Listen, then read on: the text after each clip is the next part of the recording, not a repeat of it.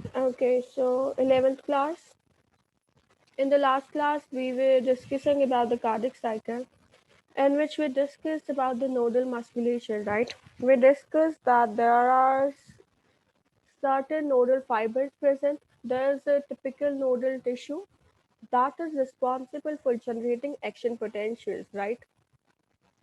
In which we started about the pacemaker, that is SAN, or is also called as sinoatrial node. And then we discussed that how that nodal tissue is responsible for circulating the action potential throughout the structure of heart.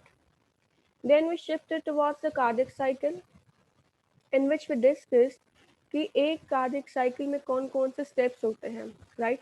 We discuss that how does blood flow during a single circulation in the heart, right? And that's called as cardiac cycle. कि क्या क्या हमारे stages हैं, इन which we discuss कि कैसे कैसे हमारा पहले एट्रिया में ब्लड आता है, उस टाइम एट्रिया और वेंट्रिकल्स दोनों रिलैक्स कर रहे होते हैं, that is called as joint diastole. After that हमारे एट्रिया कंट्रैक्ट होते हैं, जिसके पहले हमारे वैल्व्स ओपन हो जाते थे, ट्राइकिस्पिड एंड बाइकिस्पिड वैल्व्स ओपन हो जाते थे. एट्रिया कंट्रैक्ट होते हैं तो वेंट्रिकल्स में ब्लड और ज़्यादा फिल हो जाता है, राइट? वेंट्रिकल्स में ब्लड ज़्यादा फिल हो जाता है. After that atria begin to relax and ventricles begin to contract, जिसको हम क्या बोलते हैं, वेंट्रिकुलर सिस्टोल, राइट? जब हमारे वेंट्रिकल्स कंट्रैक्ट कर रहे होंगे उस टाइम हमारे एट्रिया रिलैक्स करेंगे. लेकिन जब वेंट्रिकल्स कंट्रैक्ट करते हैं तो ऐसा नहीं होता कि एकदम से ही वे कंट्रैक्ट कर देंगे. पहले उनमें थोड़ा सा प्रेशर बढ़ता है, and then what happens is tricuspid and bicuspid valves close हो जाते हैं. एंड आफ्टर दैट प्रेशर जब और ज़्यादा इंक्रीज होता है, देन व्हाट हैपेंस इज उस टाइम क्या होता है कि जो हमारे सेमिल्यूनर वाल्व्स हैं और ज़्यादा प्रेशर इंक्रीज होने की वजह से वो सेमिल्यूनर वाल्व्स ओपन हो जाते हैं, and then the blood is rushed into the pulmonary arteries and aorta, right? ये हमने बात कर ली थी और हमने कहा था कि ये साइकिल 1 मिनट में 72 टाइम्स आपके हार्ट में रिपीट होती हैं, और इसको हम क्या बोलते हैं, कार्डियक साइकिल. चलिए, तो अब हमें इतना तो आइडिया हो गया कि जो ये एक सिंगल कार्डिक साइकिल है वो 0.8 सेकेंड्स में कंप्लीट हो जाती है, right? And also what you need to remember is during each cardiac cycle हमारे जो वेंट्रिकल हैं, each ventricle pumps out approximately 70 ml of blood, and this is called as stroke volume. Please highlight it and mark it as important because आपसे direct question पूछ लिया जाता है that what do you mean by stroke volume. तो you should be able to answer it कि each cardiac cycle में ventricle जितना blood pump करते हैं and that ranges approximately around 70 ml, so that is called as stroke volume, right? इसके बाद हमारे पास यहीं इसी पैराग्राफ में एक दो डेफिनेशंस और हैं. एक तो स्ट्रोक वॉल्यूम की हो गई, इसके बाद एक और है, हम उसको डिफाइन करते हैं कार्डियक आउटपुट, कि हमारे हार्ट का कितना आउटपुट है. तो इसको हम कार्डियक आउटपुट को हम कैसे बता सकते हैं, स्ट्रोक वॉल्यूम मतलब वेंट्रिकल्स कितना ब्लड इजेक्ट कर रहे हैं into heart rate. Heart rate क्या होता है, number of beats per minute, right? तो उसको हम क्या बोल देते हैं, कार्डियक आउटपुट. तो 70 ml इंटू अप्रॉक्सीमेट जो एवरेज हार्ट बीट होता है वो क्या होता है, 72. तो अगर हम कार्डियक आउटपुट को डिफाइन करें थियोरेटिकली तो इसका मतलब क्या हो गया कि हमारे वेंट्रिकल्स पर मिनट कितना ब्लड पंप कर देते हैं या कितना ब्लड इजेक्ट कर देते हैं, कितना ब्लड पुश आउट कर देते हैं. In that ranges that approximate around 5 liters in a healthy individual, right? साथ ही साथ ये बात तो हुई हमारी कार्डियक आउटपुट की या फिर हमारे स्ट्रोक वॉल्यूम की. इसके साथ आपको एक बात और याद रखनी है, और वो ये याद रखनी है कि हमारी बॉडी में ना एबिलिटी है स्ट्रोक वॉल्यूम को भी ऑल्टर करने की और हार्ट रेट को भी ऑल्टर करने की. और अगर ये दोनों चीज़ें ऑल्टर हो जाती हैं, ये दोनों चीज़ें मॉडिफाई हो जाती हैं, तो उससे क्या होगा, ऑब्वियसली उससे हमारे कार्डियक आउटपुट पे बहुत ज़्यादा असर पड़ेगा. उससे हमारा कार्डियक आउटपुट जो है वो मॉडिफाई हो सकता है, राइट? क्यों? क्योंकि स्ट्रोक वॉल्यूम और हार्ट रेट से ही तो कार्डियक आउटपुट बनता है ना। तो अगर ये दोनों मॉडिफाई हो गए तो अपने आप कार्डियक आउटपुट मॉडिफाई हो गया। And in addition to that आपको एक और भी बात जो थोड़ी सी ऑब्वियस ही लगेगी कि अगर हम एक एथलीट की बात करें तो एक एथलीट का कार्डियक आउटपुट ज़्यादा होगा as compare to that of an ordinary man. See in the last class also we discuss कि जो हमारे सिंपैथेटिक एंड पैरासिम्पैथेटिक सिस्टम्स हैं that also responsible for regulating the heart beat, right. वो हमारे heart beat को fast कर सकते हैं, वो हमारी हार्ट बीट को स्लो कर सकते हैं, and our emotions also play a very very important role, right. तो ये साथ ही साथ एक एथलीट जो है वो लगातार प्रैक्टिस करता है। तो हम जब हम कोई नया काम करते हैं, से फॉर एग्जांपल किसी ने हमें कह दे बहुत ज़्यादा हार्ड एक्सरसाइज करो, तो उस टाइम क्या होगा, एकदम से हमारा हार्ट बहुत ज़्यादा फास्ट बीट करने लगता है। बट आफ्टर सम टाइम जब हमें उसी चीज़ की प्रैक्टिस हो जाती है, जब हमारी बॉडी को उस चीज़ की आदत हो जाती है, हमारी ऑक्सीजन कैरिंग कैपेसिटी बढ़ जाती है, उस टाइम हमारा हार्ट इतना ज़्यादा, चाहे हम काम वही कर रहे हो पर हमारा हार्ट उतनी फास्ट बीट नहीं करता, राइट। क्योंकि हमारी बॉडी में फिर क्या हो जाती है, ऑक्सीजन कैरिंग कैपेसिटी और ज़्यादा बढ़ जाती है, तो ऑब्वियसली कार्डियक आउटपुट भी बढ़ जाएगी। तो वो आपको यही बता रहा है that cardiac output of an athlete will be much higher than that of an ordinary man. Okay, चलिए उसके बाद अब हम आगे बढ़ते हैं। यहाँ पे हमें दो हार्ट साउंड्स के बारे में डिस्कस करना है। आप जब भी कभी थोड़े से बीमार हो जाते हो, डॉक्टर के पास जाते हो, तो डॉक्टर क्या करता है, स्टेथोस्कोप यूज़ करता है और फिर कुछ हार्ट बीट सुनने की कोशिश करता है, राइट। यही करता है।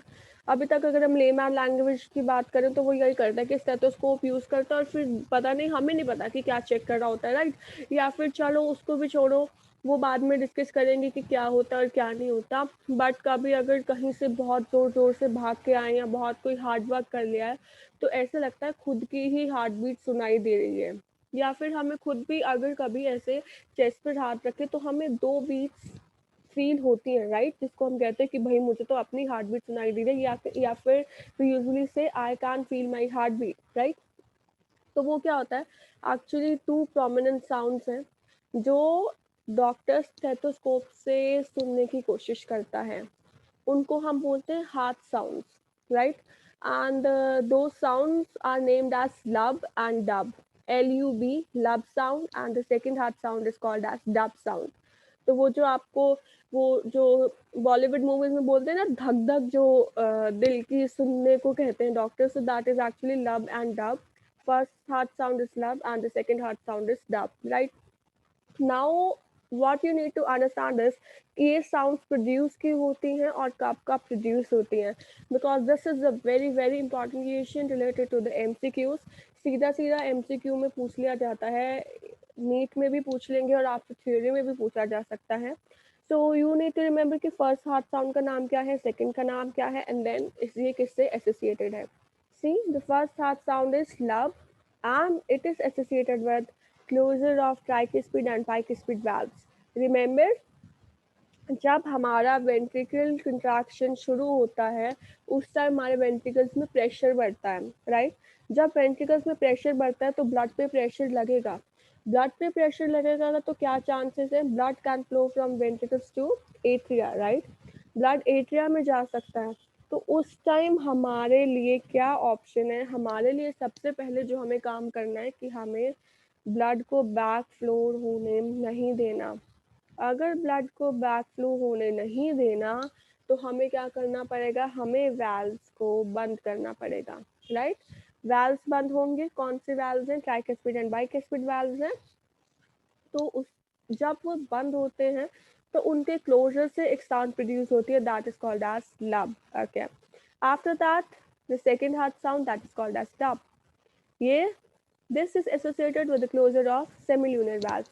रिमेंबर, सेमिल्यूनर वाल्व्स कब ओपन होते हैं, in the last few classes we have discussed that where are the semilunar valves present। तो हम वहाँ पढ़ चुके हैं कि जो पल्मोनरी आर्टरी है, एरोटा है, वहाँ पे सेमिल्यूनर वाल्व्स प्रेजेंट होते हैं, राइट। तो ओपन कब होंगे, जब हमारे वेंट्रिकल्स का प्रेशर बहुत ज़्यादा इंक्रीज हो जाएगा, एंड आफ्टर दैट जब हमारे वेंट्रिकल्स का प्रेशर डिक्रीज होने लगेगा क्योंकि ब्लड इजेक्ट आउट हो गया है, तो उस टाइम क्या होगा, हमारे वेंट्रिकल्स का प्रेशर कम होगा, वेंट्रिकल्स रिलैक्स होने लगेंगे, तो फिर हमारे ब्लड का बैक फ्लो हो सकता है वेंट्रिकल्स में वापस। तो ब्लड के बैक फ्लो को बचाने के लिए हमारे सेमिल्यूनर वाल्व्स क्लोज हो जाते हैं। सेमिल्यूनर वाल्व्स के क्लोज होने की वजह से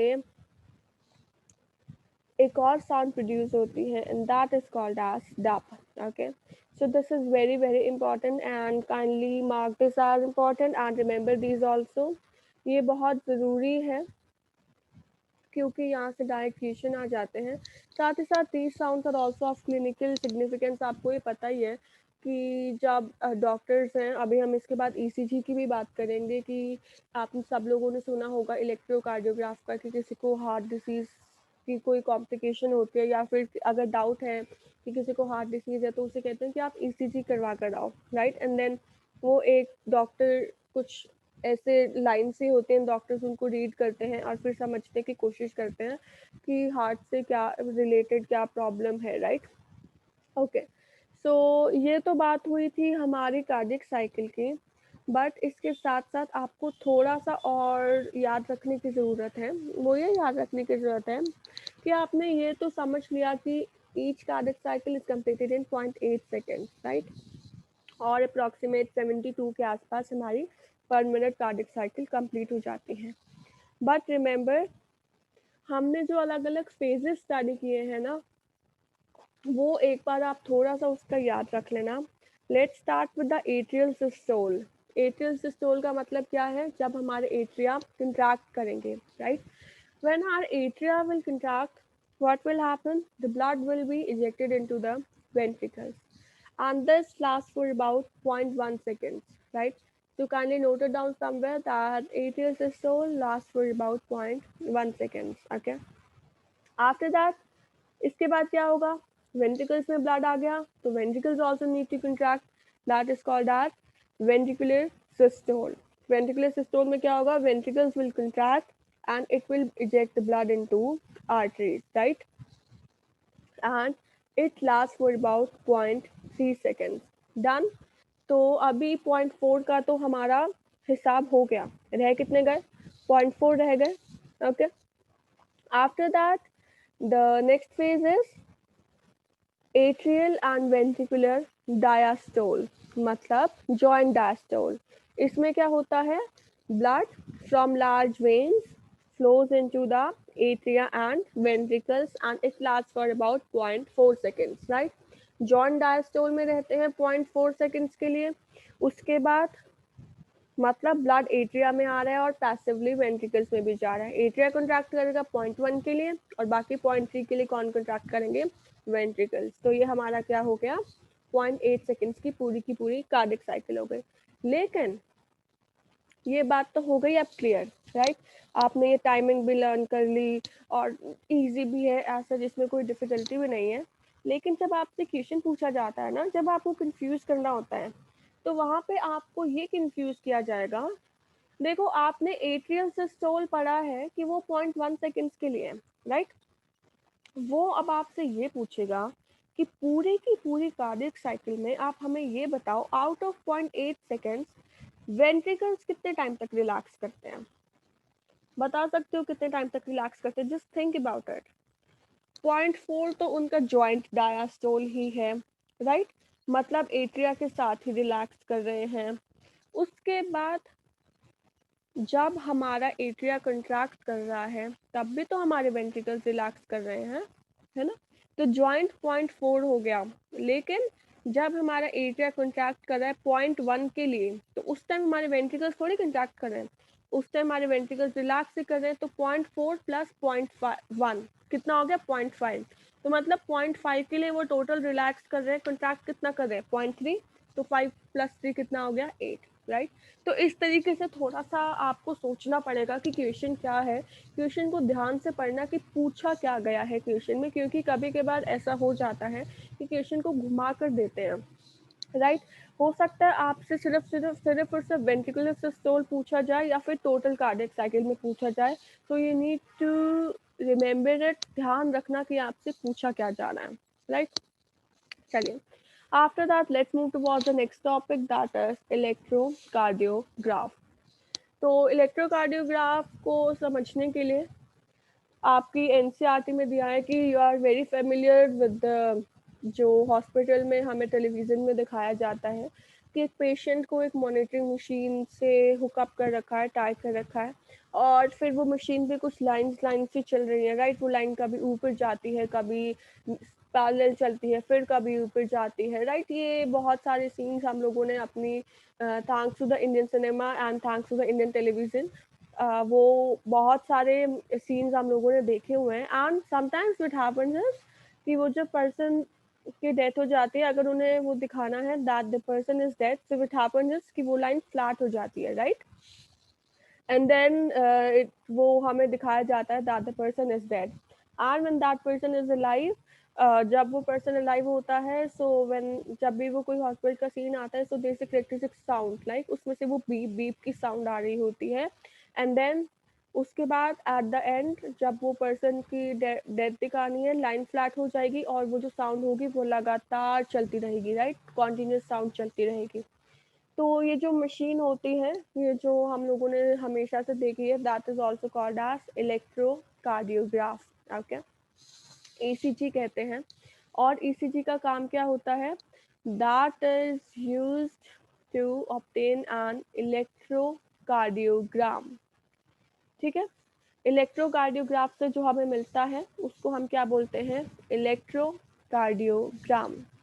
अगर हम ईसीजी की बात करें, that what do we mean by ECG, तो ये ग्राफिकल रिप्रेजेंटेशन है हार्ट की इलेक्ट्रिकल एक्टिविटी का, कि कार्डियक साइकिल के टाइम पे हार्ट में जो भी इलेक्ट्रिकल एक्टिविटीज़ हो रही हैं उनका एक ग्राफिकल जो रिप्रेजेंटेशन होता है उसको हम बोलते हैं इलेक्ट्रोकार्डियोग्राम, राइट। अगर हमें एक स्टैंडर्ड ईसीजी ऑब्टेन करना है, जैसा आपको फिगर 18.3 में शो किया हुआ है, तो एक पेशेंट को बहुत सारे एक मशीन से कनेक्ट कर देते हैं। उस मशीन में बहुत सारी लीड्स होती हैं, एंकल पे वो लीड्स अटैच की जाती हैं, रिस्ट पे अटैच की जाती हैं। और अगर हमें बहुत ज़्यादा डिटेल्ड ऑब्जर्व करना है, बहुत ज़्यादा डिटेल्ड एक्टिविटीज़ हार्ट के फंक्शन हमें स्टडी करने हैं, तो चेस्ट पे बहुत सारी मल्टीपल लीड्स अटैच की जाती हैं।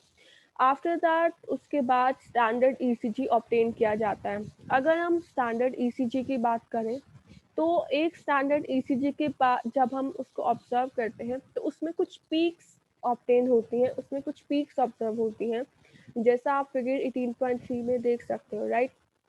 Just look at the figure, there are certain peaks associated P, and then there is QRS, and then there is T, right? So you need to remember this, क्योंकि सीधा सीधा पहले तो आपसे यही पूछ लिया जाएगा that what does P represent, what does QRS represent और what does T represent. After that कभी के बार 3 या 5 नंबर के लिए डायरेक्ट क्वेश्चन आता है that write a short note on ECG और describe ECG in detail. तो उसमें आपको बताना पड़ेगा कि ईसीजी का मतलब क्या है। Then you need to draw the standard ECG which you can see in figure 18.3, and then you need to describe that what does P and all the waves represent, right. So let's just start discussing it, and also you need to highlight all these points in your NCRT. So if we talk about the P wave represents electrical excitation of atria, and I hope you remember this कि electrical excitation को हम एक और भी नाम से जानते हैं, and that is called as depolarization of the atria, right. तो एट्रिया की जब डीपोलराइजेशन होती है, जब हमारे एट्रिया इलेक्ट्रिकल एक्साइट हो जाते हैं, उस टाइम एक वेव आती है ईसीजी में, and that's called as P wave. After that एक और आपको कॉम्प्लेक्स दिख रहा होगा, that is called as QRS complex, right.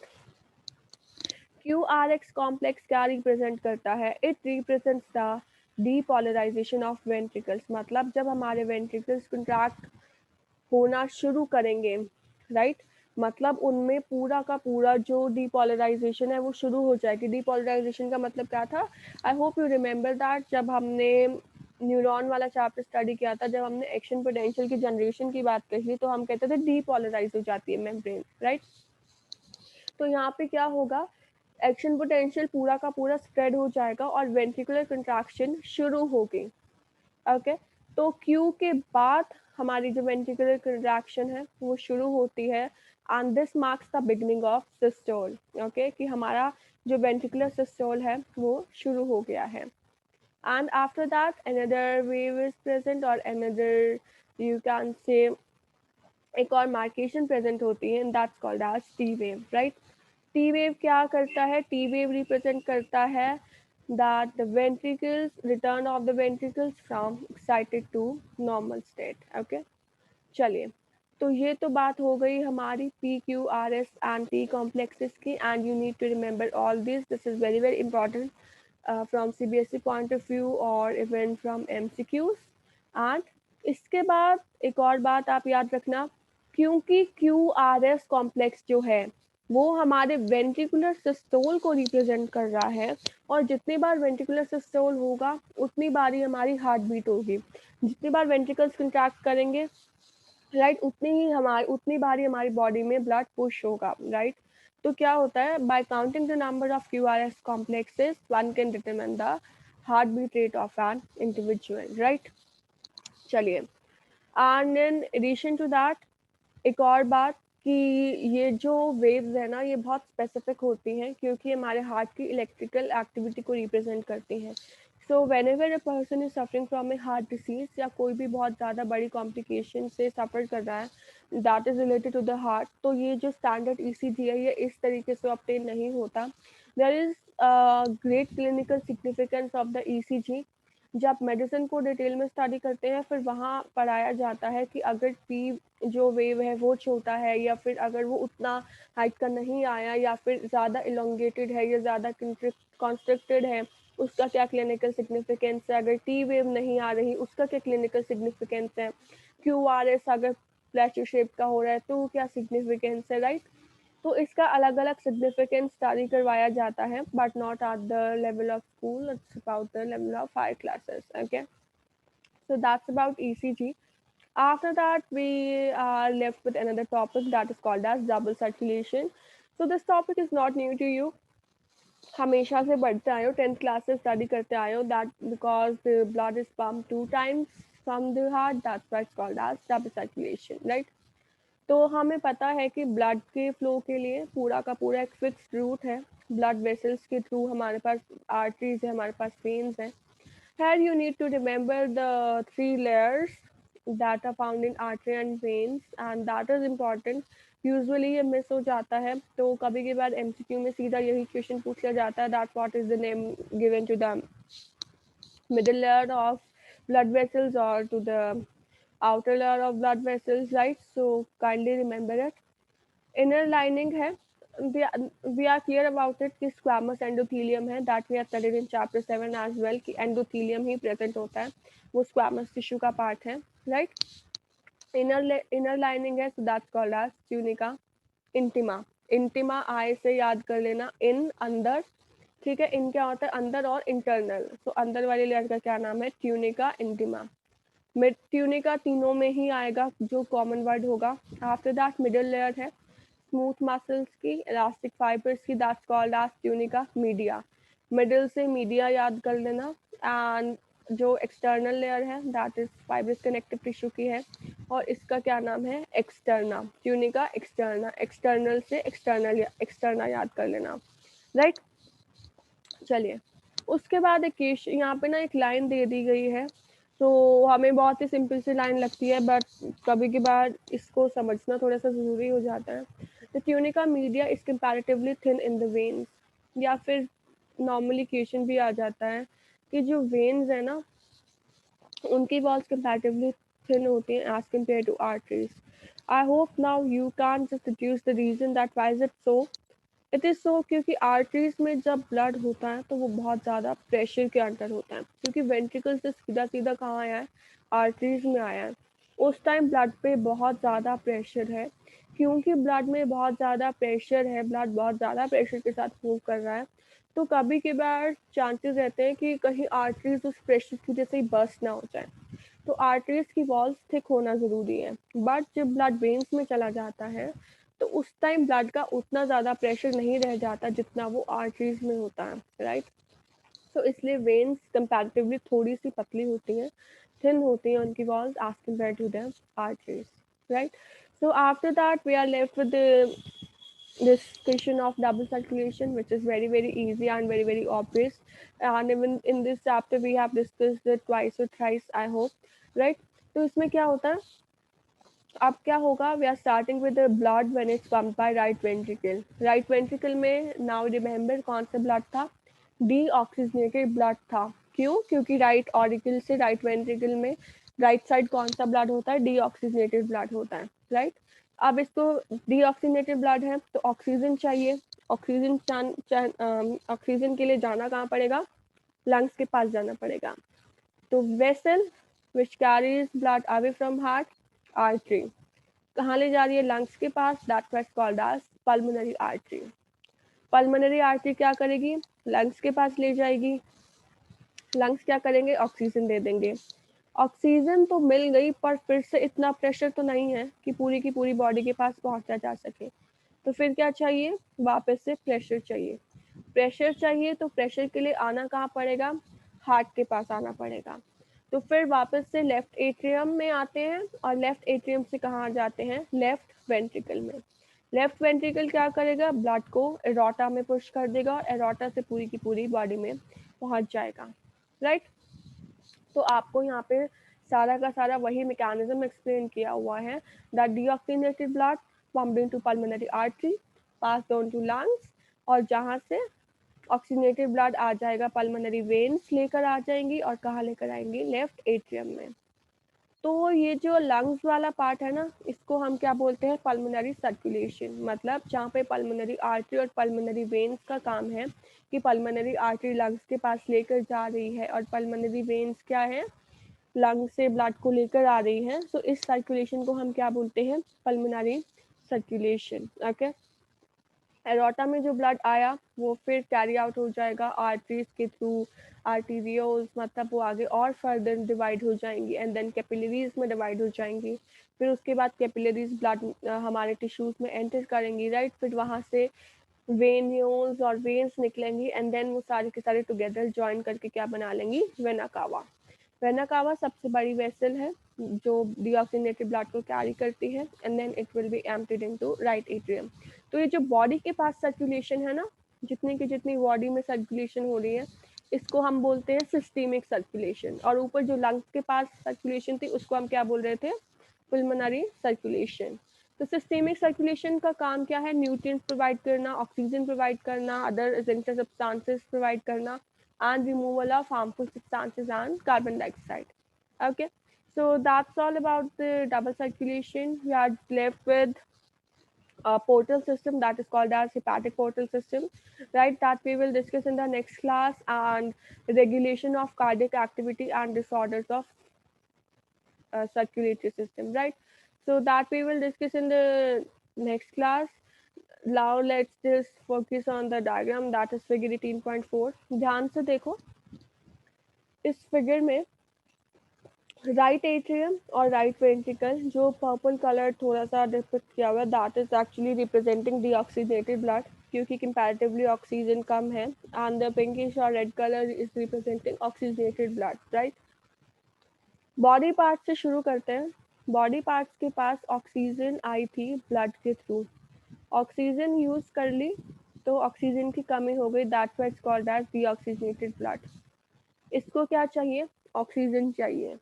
Oxygen चाहिए तो ऑप्शन तो यही है कि लंग्स के पास ही जाना है, लेकिन लंग्स के पास जाने का प्रेशर नहीं है इसके पास। इसको लंग्स में जाने के लिए सबसे पहले प्रेशर चाहिए।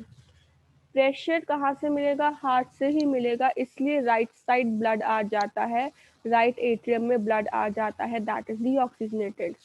एट्रिया कुछ कर नहीं सकते, एट्रिया वेंट्रिकल्स में भेज देंगे, वेंट्रिकल्स प्रेशर प्रोवाइड कर सकता है। वेंट्रिकल कंट्रैक्ट करेगा तो प्रेशर मिलेगा, पहुंच गए लंग्स के पास। लंग्स ने CO2 ले ली, O2 दे दी। अब क्या हो गया? Oxygenated blood. लेकिन फिर से प्रेशर की कमी है, प्रेशर की ज़रूरत है। प्रेशर की ज़रूरत है तो फिर कौन है रेस्क्यू के लिए? हमारा हार्ट है। तो फिर वापस से ब्लड कहाँ आया? हार्ट के पास आया। ब्लड वापस से हार्ट के पास आया तो एट्रिया में पहुंचा, वेंट्रिकल में पहुंचा। वेंट्रिकल कंट्रैक्ट करेंगे तो प्रेशर मिलेगा। वेंट्रिकल ने कंट्रैक्ट किया, एरोटा में गया, डॉर्सल एरोटा में, एंड आफ्टर दैट सारे के सारे बॉडी पार्ट्स में, right? So that's all about the double circulation. Double circulation की हमने बात कर ली, and in the next class we will easily complete the chapter because we are just left with the small topic of hepatic water system, regulation and disorders. So that's all about today's class.